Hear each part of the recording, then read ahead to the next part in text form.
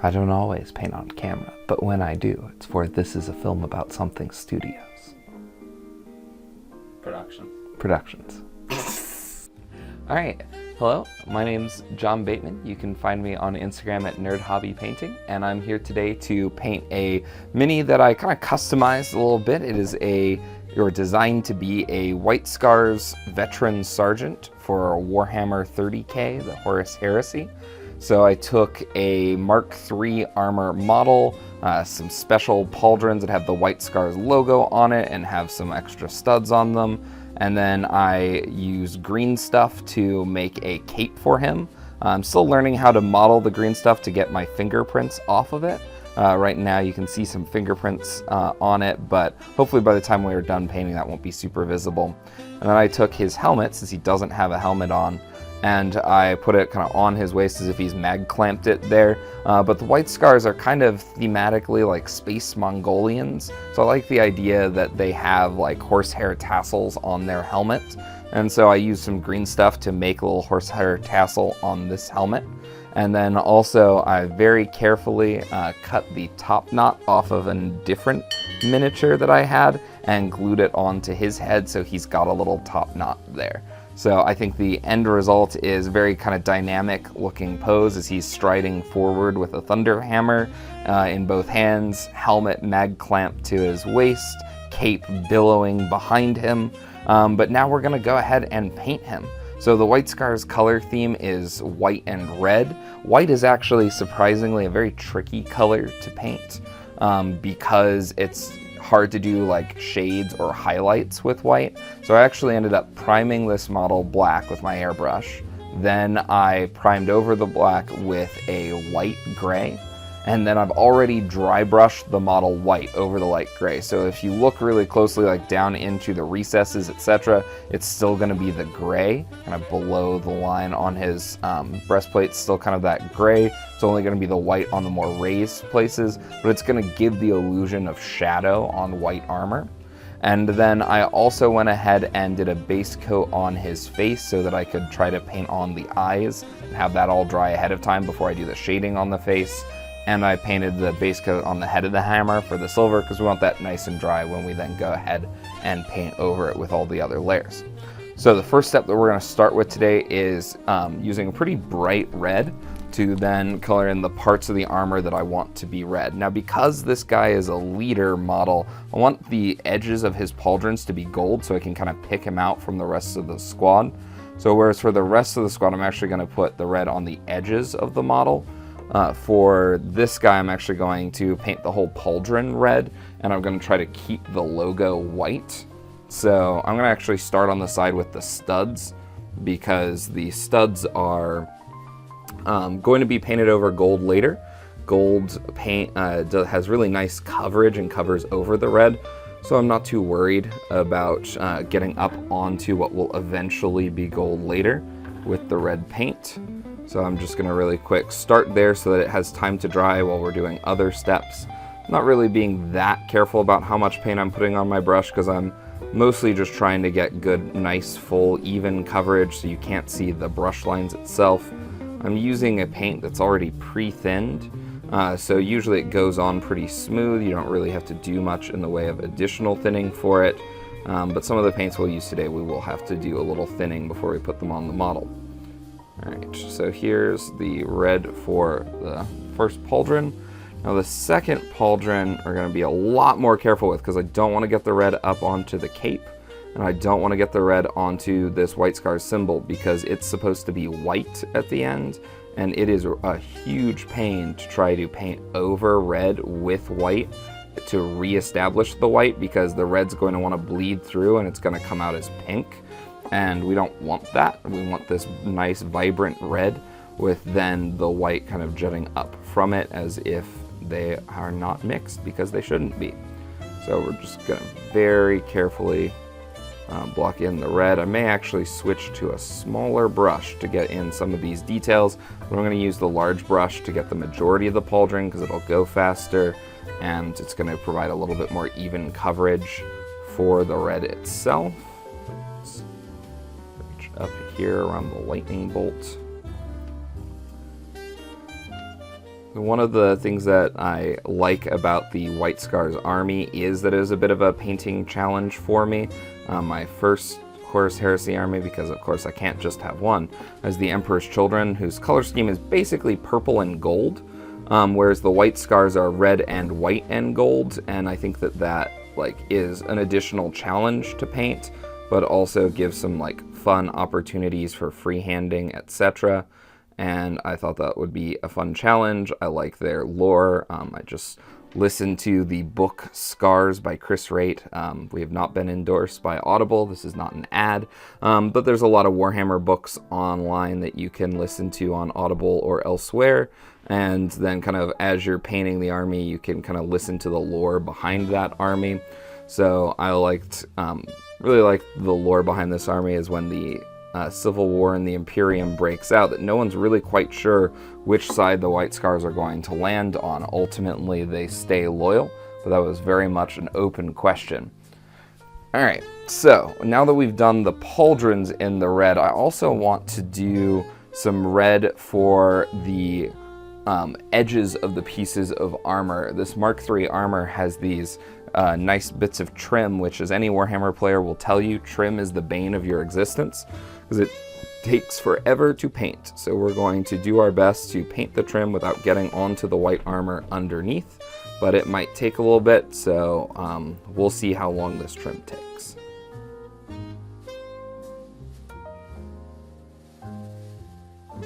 I'm always more concerned with, okay, how do things look from the top? Because that's what you're going to see 90% of the time when it's on the tabletop, unless you pick up your model, flip it upside down, and are what does it look like on the underside? So I tend to like to make sure the underside still looks good, but I'm less concerned about it because it's going to be less visible. It's not going to be as much of a much of a eyesore on the tabletop if I mess up, get it wrong, etc. Alright. Almost done with these pauldrons. I guess really they're not pauldrons. Pauldrons are on the shoulders. These would be bracers because they're on the forearms. So my apologies for calling them pauldrons earlier. I'm sure that we can fix that in post. We'll go back and really, every time I say pauldrons when I'm talking about the forearms here, we'll change it to make it sound as if I said instead of pauldrons that they were obviously bracers, because, we would certainly never want to talk about armor in a historically inaccurate way on this channel. There's one thing that a film about something production stands for, it's accuracy while talking about armor. Now that we've done the arm bracers and the red trim there, we're going to do some of the red trim on the legs. It's got kind of this center piece going from the torso to the legs, so do the trim there. We've also got the helmet that's here on the waist, so let's go ahead and do the trim on the helmet. So that can be drying as we then go to apply the other colors later on here. So one of the things I like about Warhammer is, in general, since the models are fictional, you can kind of pick the colors that you want, but also one of the things about Horus Heresy settings specifically is that it's the civil war between the different factions of Space Marines within the Imperium. So what you end up with is most of the models on the table are the same physical models, but it's how you paint it, it's the little bits you put on them that really set them apart. And so that does tend to lend itself to a level of okay, well, it would be weird if you said, oh, this is a White Scars army with, the lore and the special rules around them, and we're gonna paint them orange and green, right? That just wasn't their colors in the lore. And so you end up with what sometimes people call sci-fi historical, which is when you're doing historical miniatures painting. So I have some World War II minis, etc. I'm not going to paint my World War II Soviets or my World War II Germans or my World War II Americans in colors that don't look historically accurate, right? It would be weird if you had, American paratroopers, American paratroopers, and you put them in again, neon orange armor. because one, they didn't really wear armor, and two, they certainly weren't wearing neon orange on the battlefields in World War II. So Warhammer is nothing if not style over realism, and so people do walk into battle in brightly colored armor, etc. The idea is these are super soldiers, they're space marines, they're not hiding in trenches, they're striding forward across the battlefield. Their power armor protects them from all but the most impervious, it is impervious to all except the most, powerful weaponry, etc. But it does mean that you kind of get into this question of like, okay, I want to paint it so it looks recognizable, so that when people see my army, they go, oh wow, those are the White Scars, those look great. But also I want it to be like recognizably distinct from other people's armies and, just kind of look like mine. So what ends up happening there is you get a lot of different kind of color schemes within the color scheme. So like for White Scars, do you paint them red and then do white trim? Do you paint them white and then do red trim? How much gold do you use? How much silver, etc.? So I've gone for primarily white with the red accents. And that way my army will look the way I want it to. It might look different than someone else's White Scar army, but still recognizably within that same color pattern. All right, so I finished with the helmet here. Clean off my brush. Move on to painting some of the trim on the legs. Now I want to do some designs on the legs, so I might go ahead and just do some of the design after these top trim pieces, because I know the top trim is going to be what that is. But there's no sense in being super careful on the trim if I'm just going to paint over the whole section anyway. And I'll know if I'm going to paint over the whole section anyway based on how the designs I try to draw turn out. Because if they turn out badly and I don't like them, then I'll just paint it all over. And if they turn out well and I like them, then great. I don't have to paint over the rest, and then I just need to be more careful with the trim. Even that out there. A little bit of a mistake there, but it's under the arm, so you're not going to see it as much. All right, so let's go ahead and start trying to do one of these lightning bolts. I'm going to try, and we'll see if I can do it, to do a lightning bolt on the left side of this leg armor and on the right side of the leg armor, facing opposite directions. So this is where I'm going to try to kind of outline it first. So we're going to do kind of a diagonal line like this, and another diagonal line coming down as well. That ultimately we're going to try to make essentially two triangles that will turn into a lightning bolt. But we're not going to do them all at once. The end result hopefully will give us what we're looking for. Let's see. Let's make that a little wider. Paint it so it kind of covers up here. All right, that looks pretty bad right now. So we're gonna play around with it and try to widen it out in the hopes that that will make it look more like a lightning bolt at the end. Fortunately, my brush slipped at the very bottom here and it gave it this curve at the bottom that we don't want it to have. So we're gonna try to flatten out that curve. And I don't like the way the top part and the bottom part is connecting, so let's try to widen out the top part a little bit.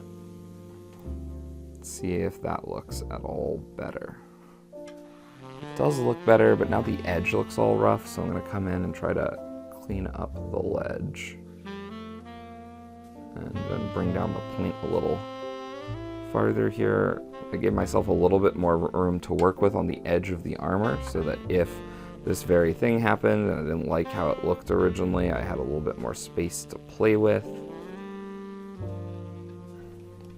All right, I think that's gonna read as a lightning bolt from the direction we want it. So now let's see the real hard part. Can we do it symmetrically on the other side? Fortunately, you're not really gonna be able to see both at the same time because they're on opposite sides of the armor.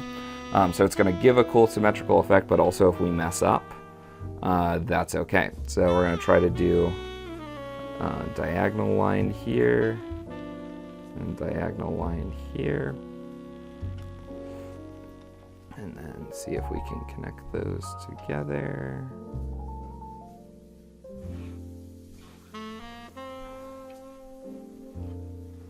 I think I put the lines too far apart from one another. Let's see if we can widen them out to fix that.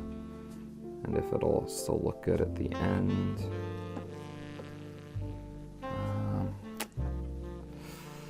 Not loving the way this is going together. Let's see if I can fix it here. If I can't, I'll just paint over the whole section red, and you'll never know that there was a failed lightning bolt here. And I'm really trying to practice doing this freehanding. One of the things I like about painting miniatures is that to me it's very much like a paint by numbers, like this section gets painted this color. But freehanding is very different. You're saying, all right, I'm gonna paint a lightning bolt design on here, or there wasn't one. All right, it's not my favorite lightning bolt design, but it is recognizably, I think, what it's supposed to be. So we will keep it. We'll say that it's good enough for our purposes. So now we're gonna fill in the trim here, around, like that connects the two lightning bolts. And we're also gonna paint the kneecap red because I think that'll look good with this one. So I'm not gonna be too careful about making sure I don't get on top of the trim here, because that's where the kneecap is, and that's going to end up being the same red. So what you're gonna end up with is like this red kneecap and these two lightning bolts kind of coming down from it. I think that's gonna look very dynamic, especially because this is the forward facing leg. This is the leg you're gonna be able to see more. The other leg's kind of underneath him more. Again, you're not gonna see it as much on the tabletop unless you pick up the model and kind of angle it, the correct angle to see it. All right, so notice how much faster it was to paint the whole area of the kneecap because I'm not trying to make a specific edge highlight there. Now we're going to go with the trim on top of the kneecap. And we're going to try to carry that around so that by the time we're done, the trim will go all the way around the kneecap, and we'll do some shading here later, but that's a task for later. All right, so there's the first leg. Now let's decide what we want to do with the second leg. One of the things with the white scars that I kind of have to decide on, like how much do I want to do with this, is they have a lot of asymmetry where you have different designs on the different pauldrons. I think I'm going to just paint the whole lower pauldron red for the other one. I like the idea of having a bit more red on this model, a bit less white, because he's a leader. I don't know if the like full blocked in red symbolizes anything for them, but kind of going off the idea that like your armor gets more elaborate the more battle honors you have, etc. So it also has the effect of making it somewhat easier. But what we're not going to do is paint the kneecap red for this one. So by the time we're done, it's going to have a very asymmetrical effect, where you've got a completely red lower leg portion, but also nothing on the kneecap, which means we do need to be careful here as we come around the kneecap to highlight the red pauldron. I got it up onto the kneecap a little bit here, but if I smooth it out, you're not going to be able to notice because it's on the underside of the model. It's going to just look like that's where the trim goes. Even if you actually looked at like the 3D nature of the model, that's not where the trim goes, but the eye is going to trick itself into thinking that's where the trim is because that's where it expects the trim to be based on where the color scheme is. Now we're going to turn around over here, paint this little section back in here, and then we're just going to make sure that the edges look nice. The armor is kind of comes back around as an ending here, so we're going to paint there and paint the underside again. Who's going to see the underside? Most people won't, but I will. So I want it to look good, if for no one else, then for me. Alright. And draw the line along here. Okay. So now we've got that section here. We just need to do the top of the kneecap on this side, and then decide if we're going to do a design on the chest.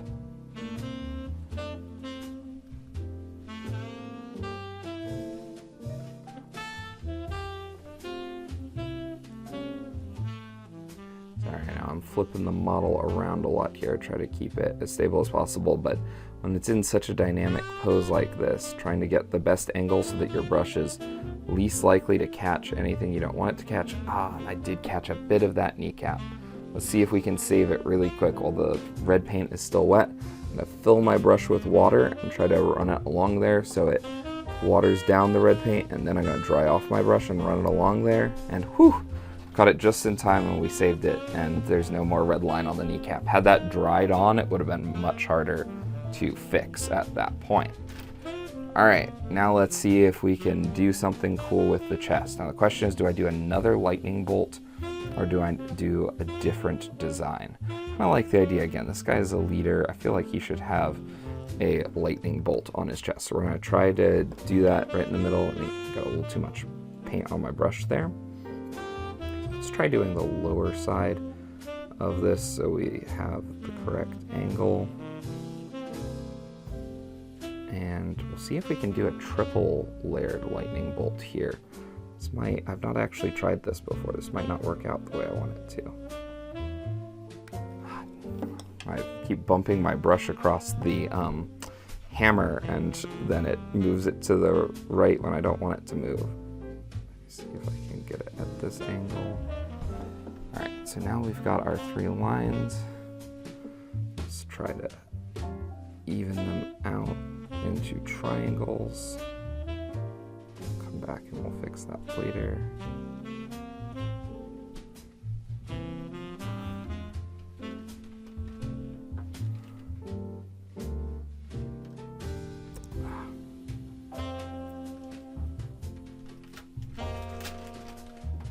This needs to come down a little further, so we're gonna just try to tease that down. And we need to really define the end of bottom triangle. Man, I don't like how that turned out. Let's see if we can bring the top ones up and see if that fixes our problem.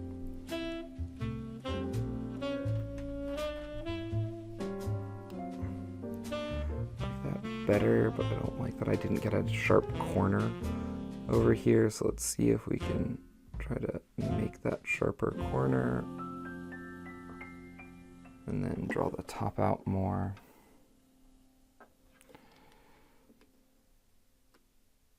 I feel like I'm just compounding mistakes here, and then each time I try to fix the mistake, the new version doesn't quite look how I picture it in my head. So that's fun, but sometimes that's how you learn as you're painting miniatures. Okay, I kind of like that side looks a little better now. Let's try to fix the other side. Clean my brush off, it was starting to get a little gunky there.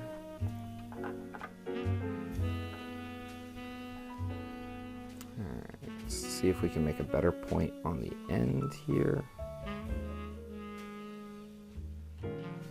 Like that out. Alright, and let's see if we can make some better points over here.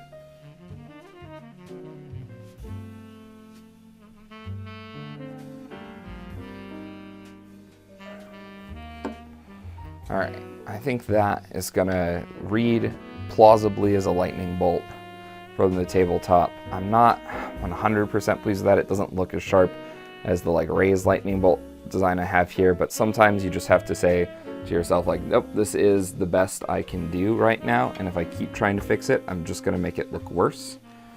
But I think I'm gonna be happier with this when it's all said and done. I think it'll end up looking just fine. Again, tighten it. Oh no! I got a little bit of the red onto his beard, which I don't want at all. We're gonna try to fix that really quick before it dries off. No, don't do it.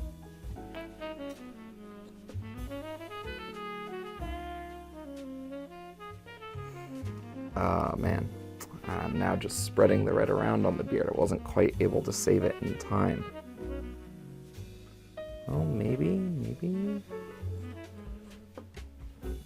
Alright, we're gonna need to fix that, unfortunately, and do another little bit of a layer over the beard to get that white, which is the thing that I was wanting to avoid. I've managed to avoid it the whole time until now. Alright.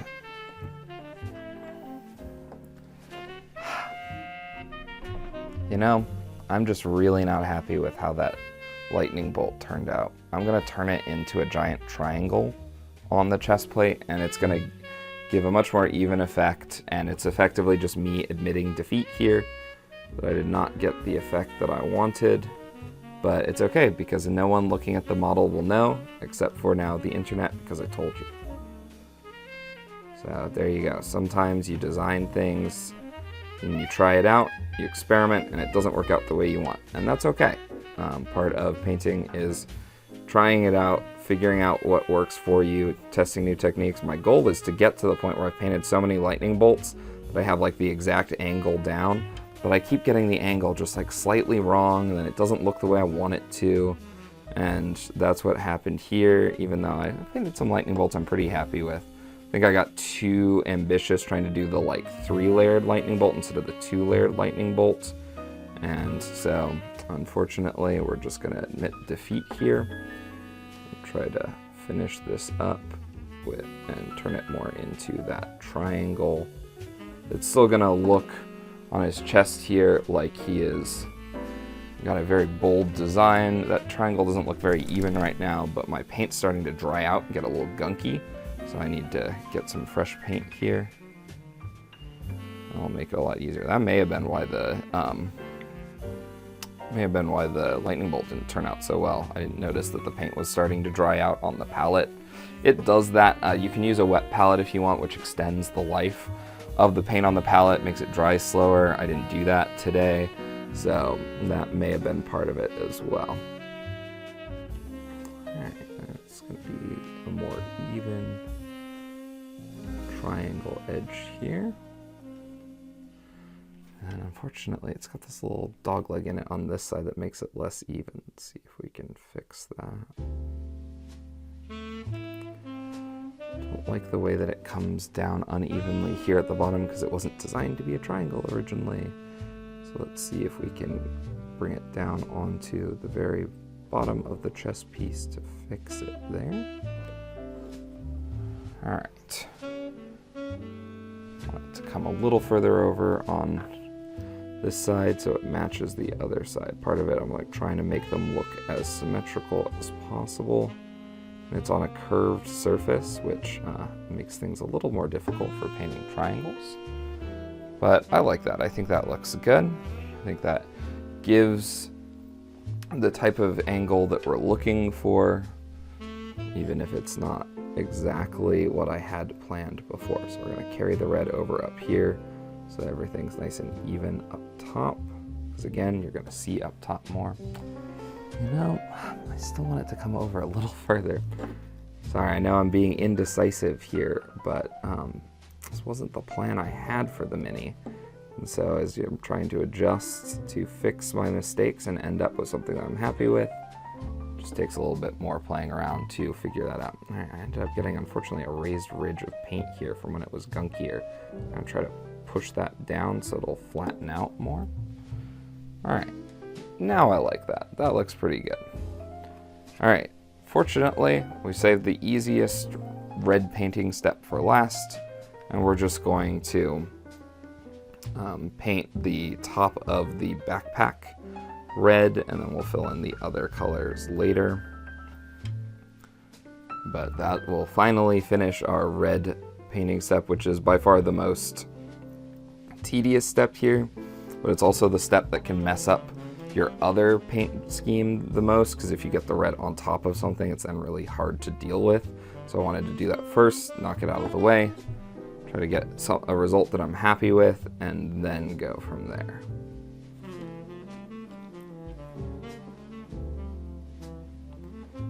Just finish filling in this backpack, and then we'll be done with the red section. I'm not doing the whole backpack red, just doing the top part red. So that way, again, it breaks up the white a little bit. If your model is just all white on the tabletop, it'll look like you just haven't really painted it, like you just primed it, maybe base coated it, but haven't done anything else. And I don't want that. I want the white to look purposeful. Like I've chosen to have this amount of white on the model. And so breaking up with the red makes that choice look more deliberate, which is the goal. All right. So I think that's the end of that step. Here, let me just kind of rotate around, see if there's anything else I want to paint red here. Oh, actually, I think I'm gonna do, there's kind of these like little circles on the sides of his elbows that I make if we make them red as well. So I'm gonna add to that. I always try to do kind of a once over around the model before I move on, to make sure I haven't missed anything with the color that I want to use, particularly when it's a paint that I have to pour out of the bottle, because it will dry out on the palette and you only have a certain amount of time to work with it. And I try to, you know, avoid wasting paint as much as I can. So we'll just fill those in with this little bit of extra red we've got here. All right, and then do it on the other side. And that way it'll look a little bit more dynamic here. I'm gonna leave his elbow caps white. Sometimes I try to change it up a little bit here, but I want to still have some white visible on the model. Don't want it to be all red all the time. Should be up on the top of this disc here. All right, and that should be the end of the red step. All right, so now that we've finished the red, we're gonna move on to the gold. I've picked a really light gold here because, again, it's so much of this model is white that I don't want the gold to be like a really dark, rich gold. I want it to be kind of a very light, bright gold.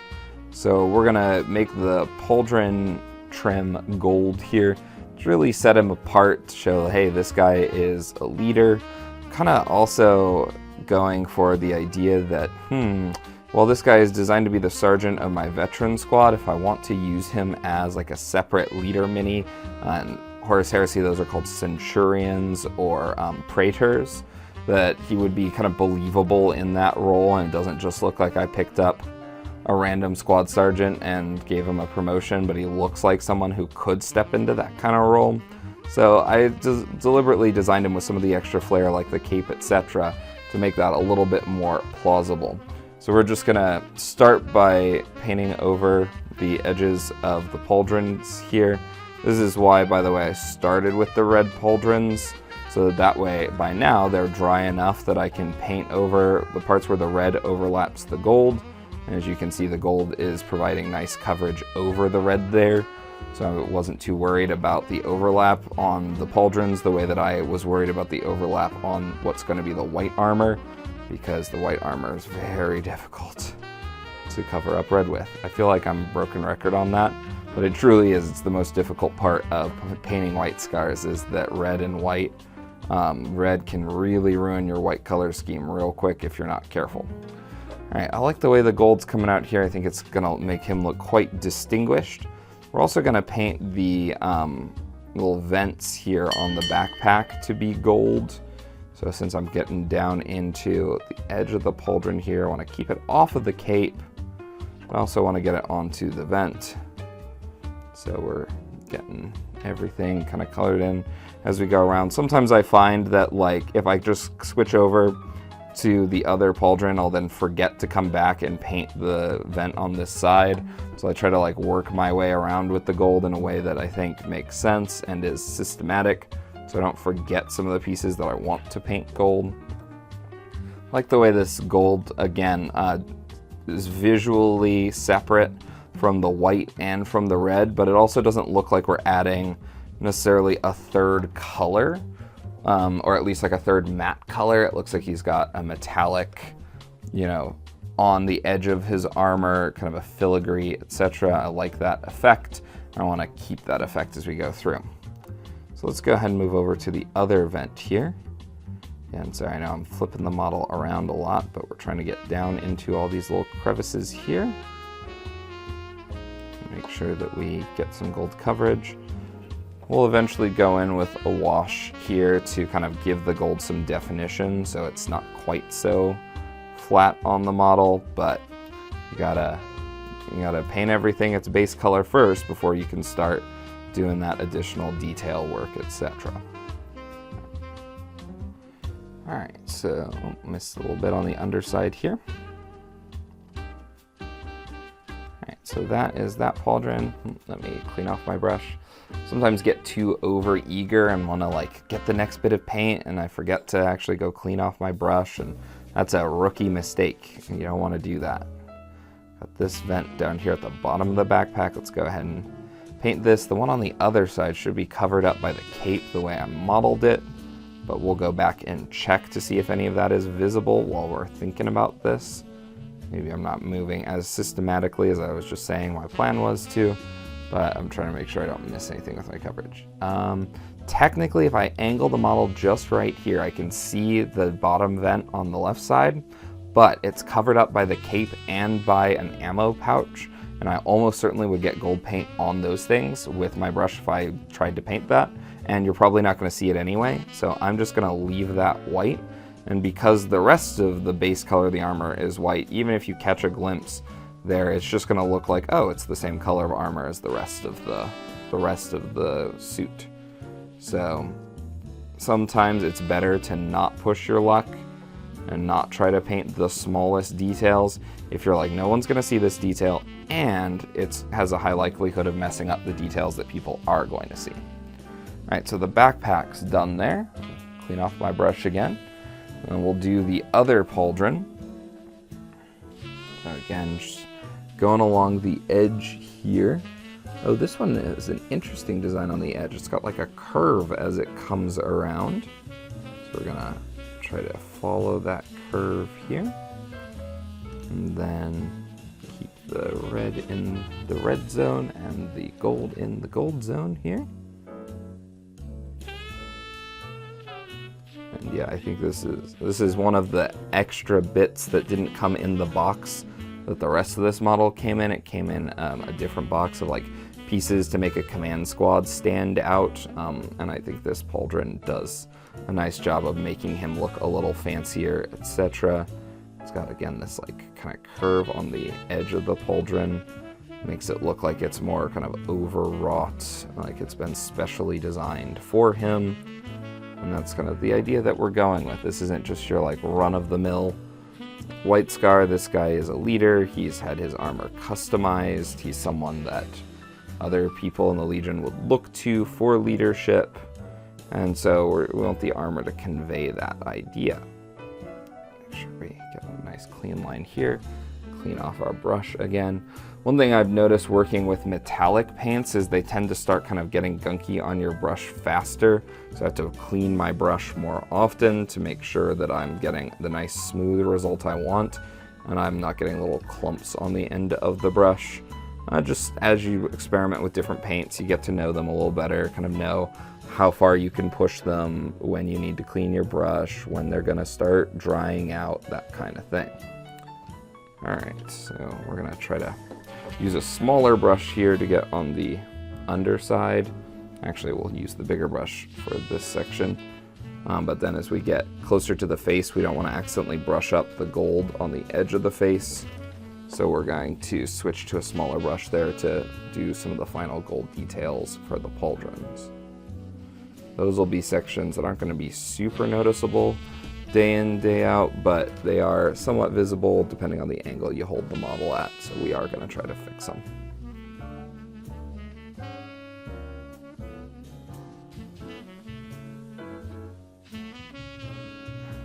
Alright, now we're going to switch to that smaller brush, fix those smaller sections.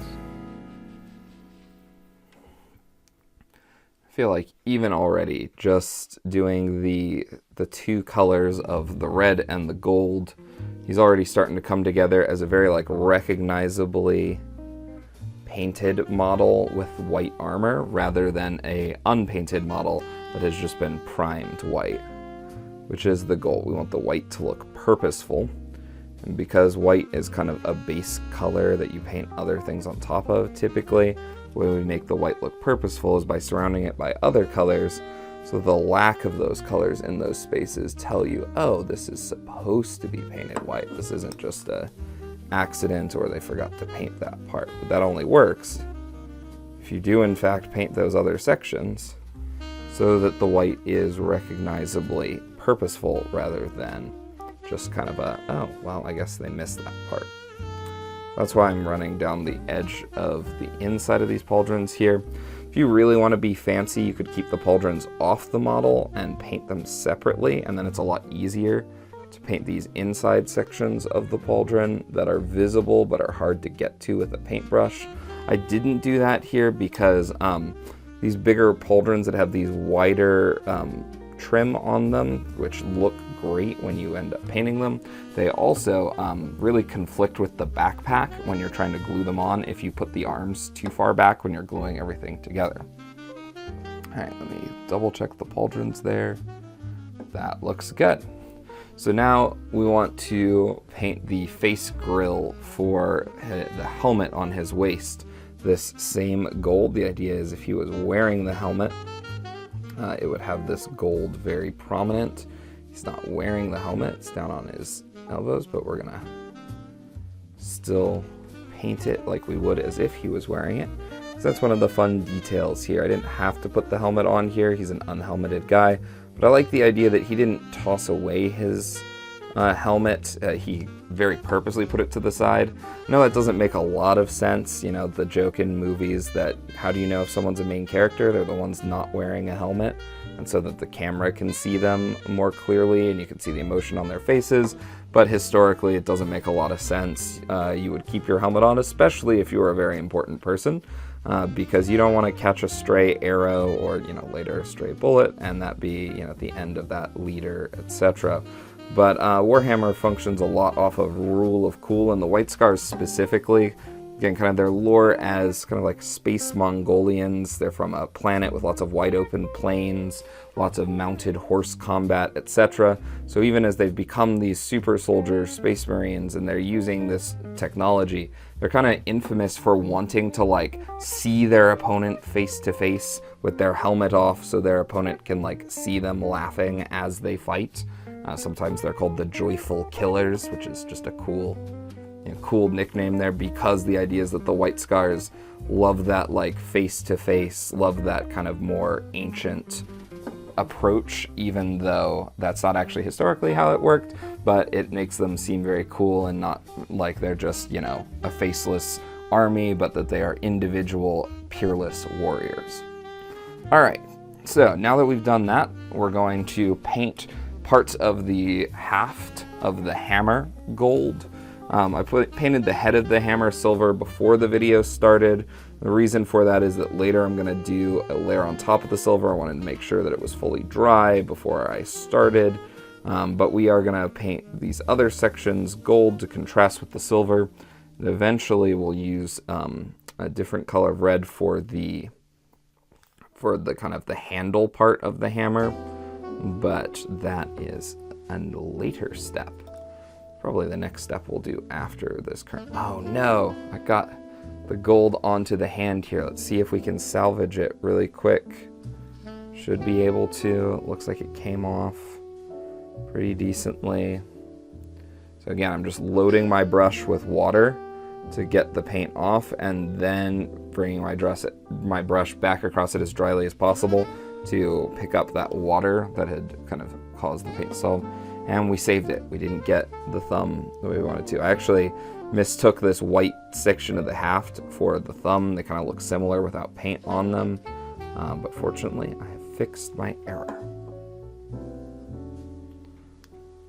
So if you're getting the sense through this video why so many people don't like painting white, this is why people don't like painting white. But I think the way it's going to look when it's done justifies a bit of the pain along the way. And I don't look at it so much as like, oh, this is a pain, this is annoying. I look at it as this is a challenge, right? Like I'm challenging myself to use more difficult techniques, always trying to grow as I paint, that I'm not just painting the same things the same way every time, that I'm trying different techniques, that I'm trying to get better at using techniques that I've used before.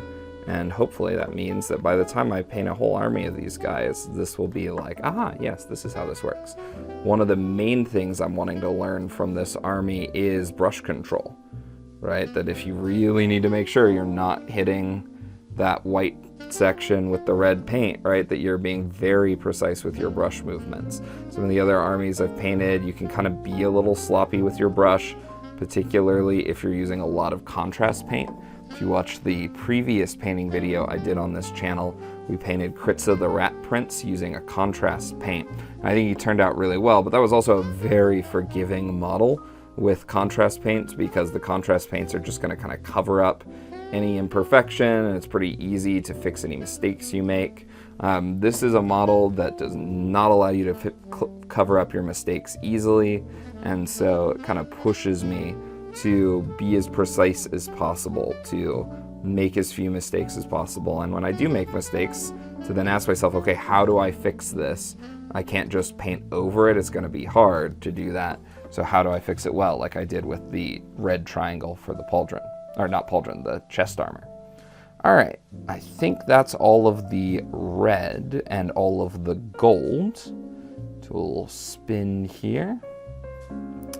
It is indeed, unless, do I want to paint his little side things over his ears gold?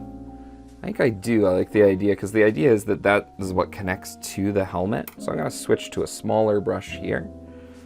We're going to paint these little, almost look like earmuffs, but that doesn't sound cool. And these guys are supposed to be cool, so we'll call them futuristic ear enhanced protection systems. That's a copyrighted term that I just made up. Sorry if this gets the video copyright struck on YouTube. My apologies. I'll try to avoid such copyrighted terms in the future, or maybe not. All right, so I think this is, once we get the actual, the like flesh tone in the contrast, or in the recesses, etc. here, I think it's gonna look really good. Here with this section behind the head in gold, it's going to contrast with the kind of more pinkish brown of the skin in a way that tells you, again, like this guy has very much customized armor, customized gear that was crafted for him. And that's the image that we're trying to sell with this model. All right, cool. Oh, I forgot another little piece of gold, this top knot section here. It's got like a little gold band around it to hold the top knot together. So we're gonna paint that gold really quick. And he's also got that skull on the waistband that we're gonna paint gold. As I keep turning it around, I keep seeing more things that I intended to paint gold that I would have missed had I just kind of stopped after painting the hammer and been like, well, that was all the gold, and not double checked. So always go and double check. And if you come back and you go, oh, I meant to paint that gold later, you can always come back and paint it gold, that's fine. But then you gotta swap out paints, and you gotta clean off your brush, and all that fun stuff. So sometimes it's just worth the little bit of extra effort to go back, double check now, so you don't have to go do it later.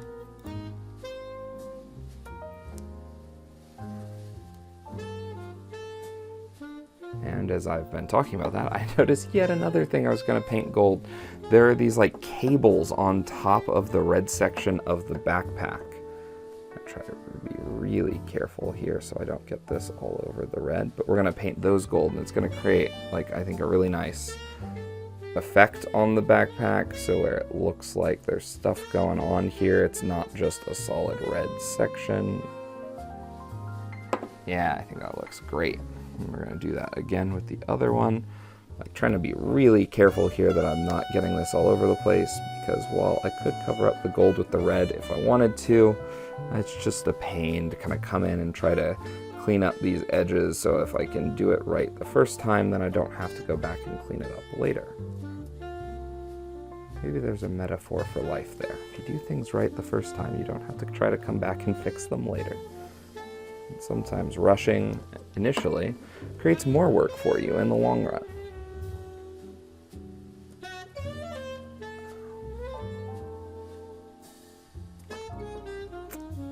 That comes out as evenly as I would like.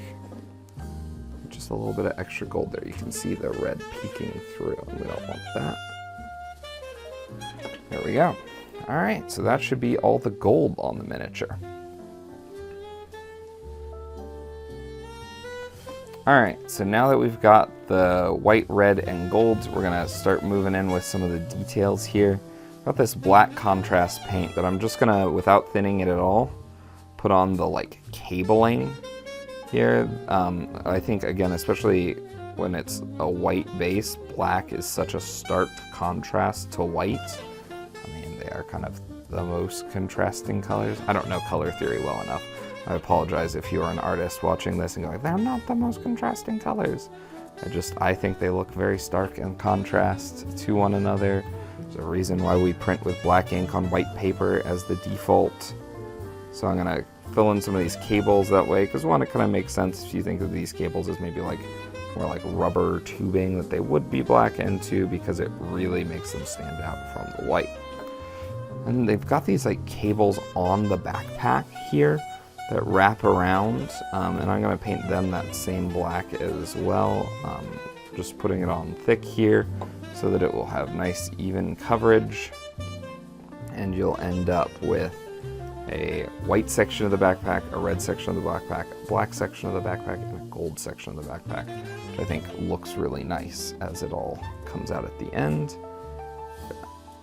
Get this little bit here, and then the front part of the cable over here.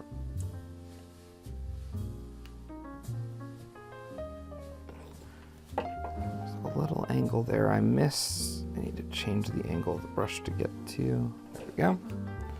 We'll do the same thing over on the other side of the other cable. One of the things I like about using the contrast paint here is that it flows down into the recesses, but black is such a thick color that it ends up still looking like an even coat, but I don't have to worry as much about trying to get it down into the crevices. It kind of flows there automatically. But now, after I finish these cable sections where I want that thick black look, the next thing I'm going to do is the like horsehair plume and the beard, which I want both of those to be black and to kind of tie into one another. And so those I don't quite want to be as thick. I want them to read as the rubber cable, so I'm going to try to thin this out as I use it. I'm going to use a slightly larger brush here, so I'm going to leave the brush a little wet, a little bit of black there, dip it into the water a little bit, which should thin it out as I start to then put it on over here. Not thinning it out quite as much as I would like, so I'm going to use a little bit more water. There we go, just so that way we get a little bit more of the texture here. Worried it's going to come out too thick for the beard. It's going to be hard to thin that for the beard. I have another black that comes out of the bottle thinner, but I forgot to bring that black. So we're making do with what we have to get the result that we want.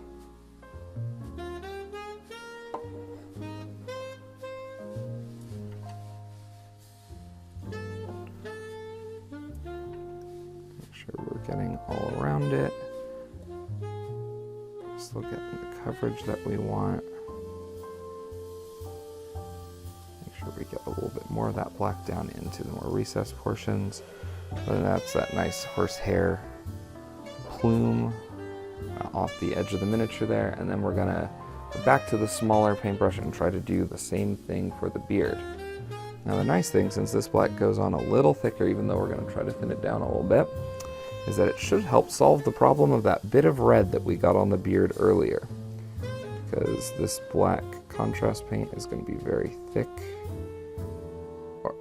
by comparison, and it's going to be thick enough to cover up the red on the beard. I'll try to avoid the lip here. I got a little bit of the black onto the red we previously painted on the chest armor. I'm going to wait until I finish this though, because I feel like it won't be that hard to fix this with just a little bit more red paint to cover up that mistake afterwards. And I want to, if I make any other mistakes with the black, be able to cover them all up at the same time. So that's the theory there.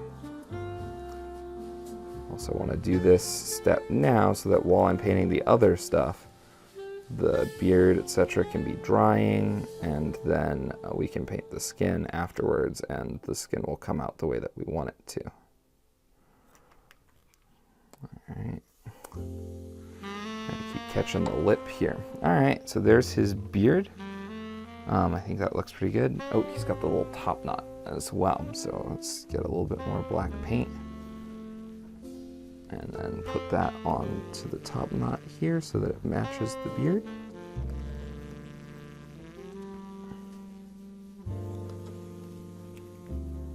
Make sure we get full 360 coverage on the little top knot.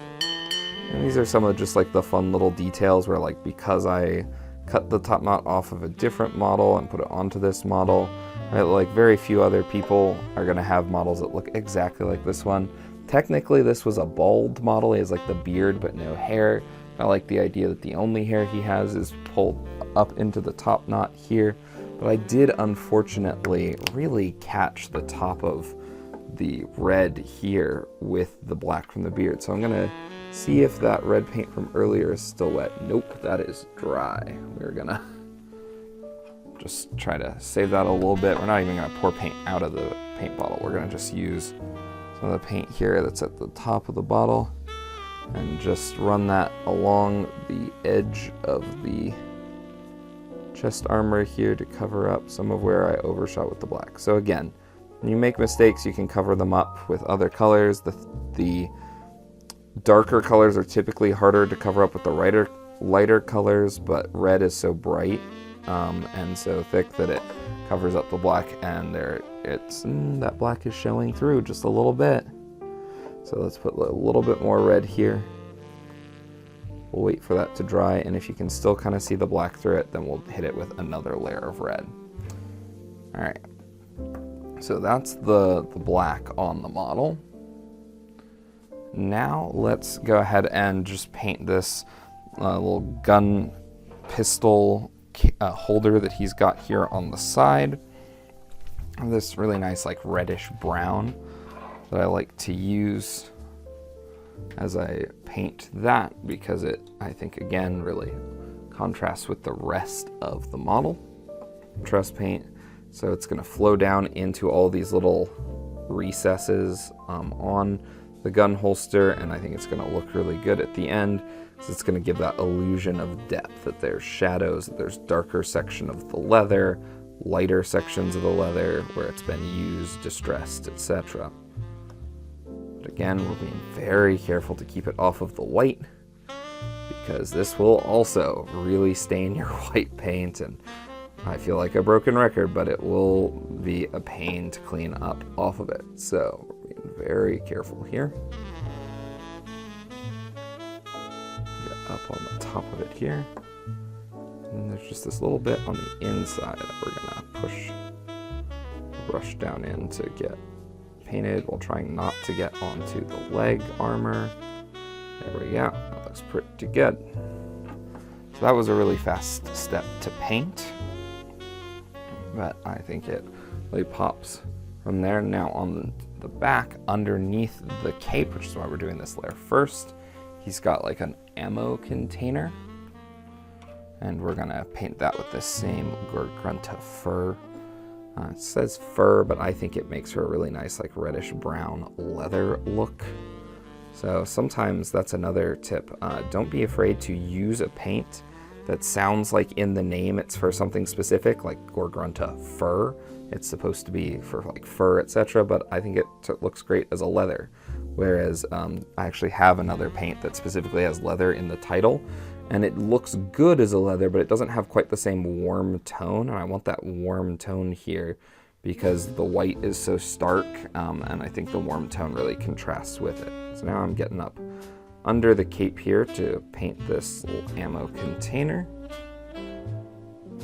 Up around the pistol, we need to paint the pistol handle silver. I forgot to do that before the video started when I painted all the other little silver bits like the hammerhead, etc. But that's okay. We're gonna do a little silver at the end anyway, so we'll come back to it and we'll use it there. All right, so now we're gonna cover up the silver hammerhead with Basilicanum Gray. It's a silver gray contrast paint. It's like a thinner than black. It's just gonna give us some really pronounced shadows. So what I want to do is to come back and then dry brush at the end the silver of the hammer, so that we get the brighter sections for the rays, because otherwise I think the hammerhead is just kind of a lot of plain silver. It's not very interesting to look at without all these extra steps. So I'm just trying to add a little depth and texture here, and then hopefully when it's all said and done, it'll look like you've got a hammerhead that has seen some battle, that is brighter in some sections where it's been scraped against things and darker in other sections, from use, wear, tear, etc. So that's the goal here, but to get to that end effect, we need to make sure we paint the different sections of it first. It's also got these like bright, or these like wide flat surfaces, which contrast paints aren't always great for, but I'm not too terribly concerned about the pooling in this case, because again, I'm gonna dry brush this bright silver on top of it later, and I think that'll cover up any excess pooling, because that's the goal. That's like what it's designed to do.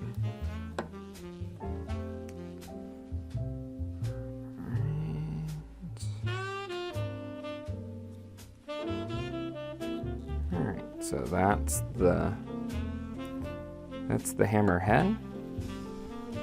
Now it still looks like a silver, like a metal, but it's much, much darker in color, and we'll come back and lighten it up a little bit later. All right, now we're going to move on to the darker red that I'm going to use for both the haft of the hammer and for the cape. I think it's going to kind of tie them together, and it's going to look different than the bright red of the armor. So first we're going to just run this along the haft between the hands, being very careful not to get up on the hands, because again, red is a giant pain to clean off of white. I'm gonna reach up in here in between the fingers. Might need to switch. Yeah, we're gonna switch to a smaller brush there to make sure that we don't accidentally catch the hand, that we keep the red where it's supposed to be. A little bit more on the brush. Push it in here into all those recesses, because there's kind of this ribbed texture to the haft, as if you've got, this non-slip grip.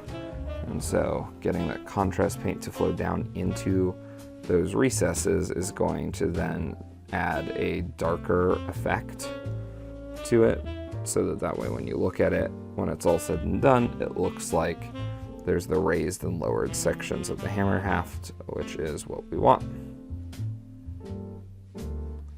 Make sure that we've got it over here on this side. We've got it on the inside. Oh no, I got a little bit onto the hand. Here, let's see if we can fix that really quick before it dries.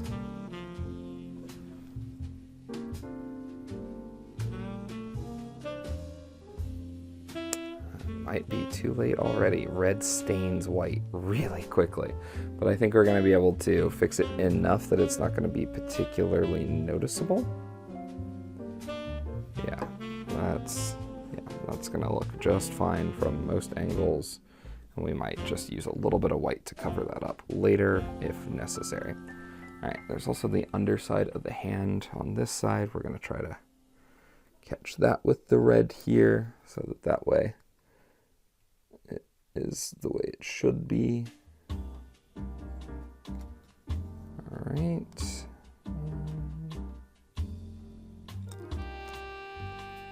Making sure I haven't missed any sections of red here.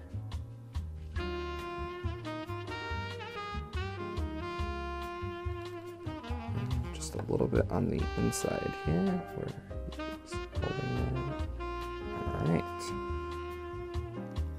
Cool, so now we've got this nice hammer haft. Now we're gonna use the same color on the cape, and we will see, since I modeled this cape out of green stuff, which is like a putty that then hardens, how the contrast paint works on it, because it's a slightly different surface than the plastic that is the rest of the model. But I still think it's gonna end up looking good with this contrast paint, because the red is gonna flow into the recesses, and you'll be left with the raised sections looking lighter and the lowered sections looking darker.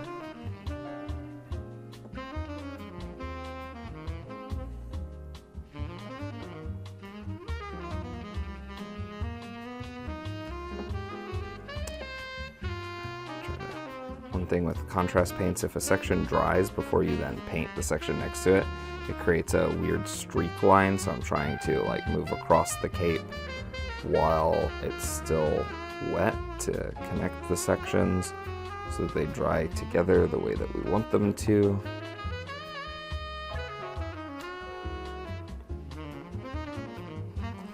Yeah, I think that's looking good. It's looking very distinct from the red of the armor, but still is in that Legion color. It's very like a rich, but a little darker. That's given it the tone that we want. Paint on the inside of the cape here. And just the sections that are likely to be seen. Alright, now we need to get the inside from this angle over here, which is where you're going to see a lot more of the inside of the cape, because I kind of designed it to billow out away from him on this side, again on the idea that he's like striding forward across the battlefield and the cape is flowing away from him.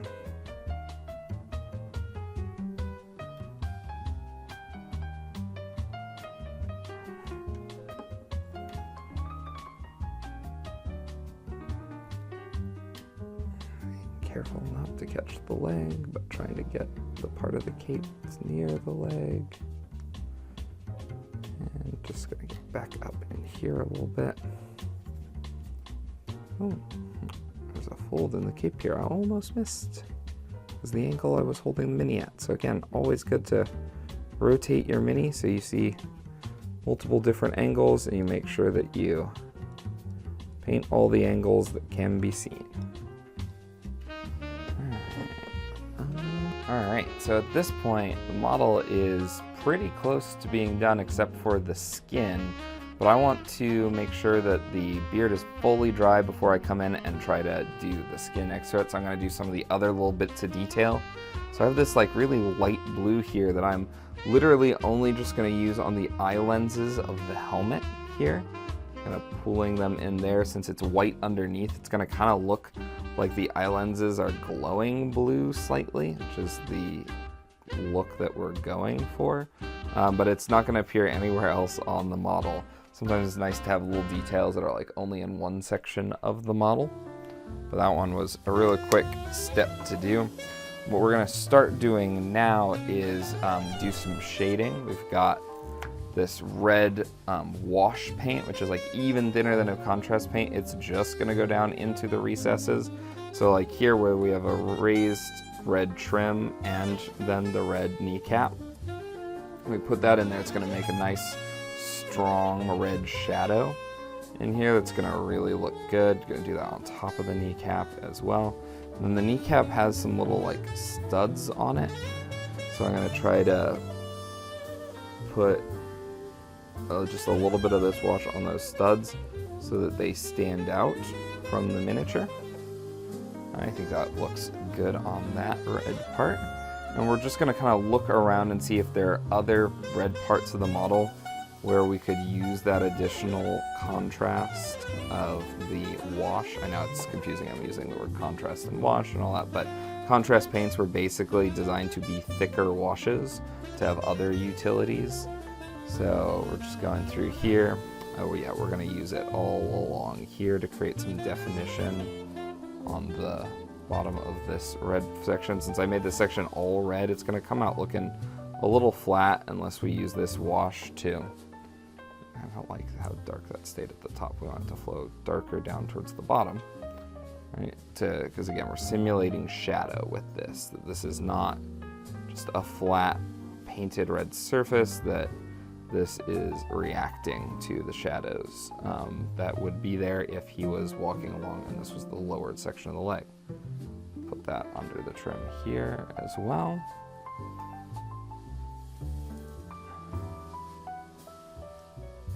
The little horsehair mane that I made is getting in the way of being able to see the section of the model I want to paint. Oh well.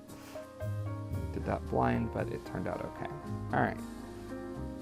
We've got this kind of ridge here on the breastplate. We're going to pull this along on the ridge and kind of focus on each little stud on the ridge here so that they stand out a little bit more. The way that that looks. I know there's this little recess that connects the two golden cables on the back of the backpack. We'll just fill that in real quick. And then on the helmet, we're gonna put a little bit of it on the brim here. It's gonna create a little bit of contrast on the brim. And then we're going to paint around the little section connecting to the top knot. And there's two little studs here. We're just gonna put a little bit of wash around the studs so that those catch the eye visually. And that should be it for the red wash. Now we're gonna do the same thing, but with a gold or wash. Really, it's more of a brown, but it is gonna create that same effect. But with the golds, you don't actually want a metallic wash. You want something that's gonna flow into the recesses of the gold and is gonna make it look like there's shadow in the gold. So that's what this here is. We're just gonna pull that around again so that it looks like there's some definition here between the highlighted and the lower sections of the gold. As we pull it across the top of the pauldron here, we're gonna try to get each of those little studs with the wash so that it creates that contrasting layer there.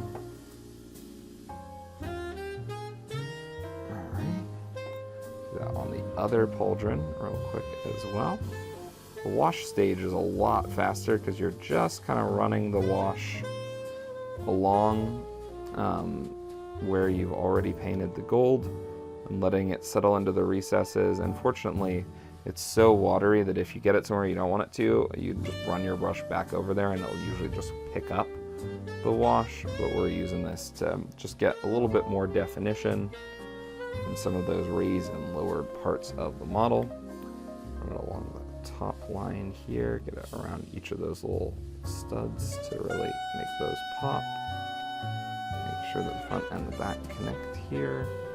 All right, and then we've got these like vents on the side of the backpack here. We're gonna run the wash into those vents so that they will stand out a little bit more. And then we've got vents in the helmet on the gold section of the faceplate. We're gonna run the wash into that gold section of the faceplate to kind of separate out all of that. And we've got these little studs here. We're gonna pick those out with the wash.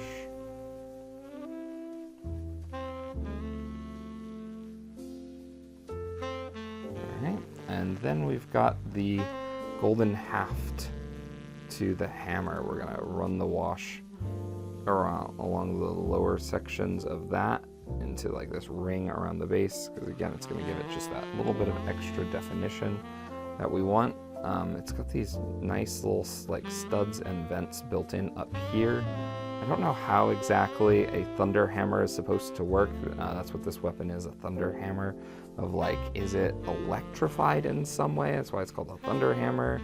It's got like this power pack thing here near the top, but then it doesn't seem like there's any sort of like mechanism by which the hammerhead would deliver that electricity. But we're just gonna say sci-fi rule of cool logic here. And we're gonna just keep filling in those recesses with the wash here, so that way the thunder hammer looks nice and detailed, looks like there's some depth to it. Make sure that we get along the edge of the hand here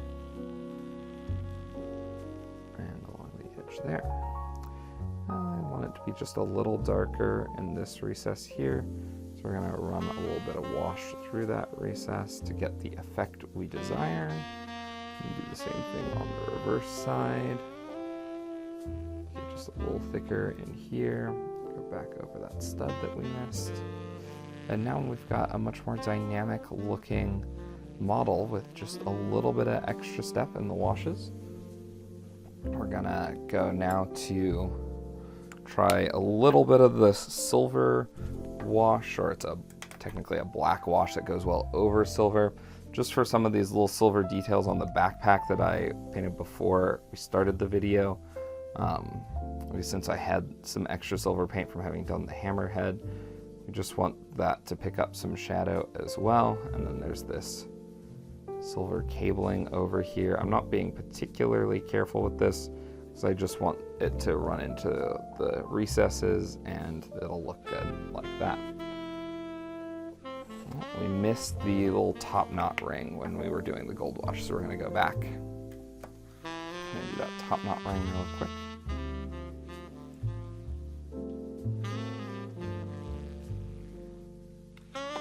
And it's just giving a little bit more depth, a little bit more definition.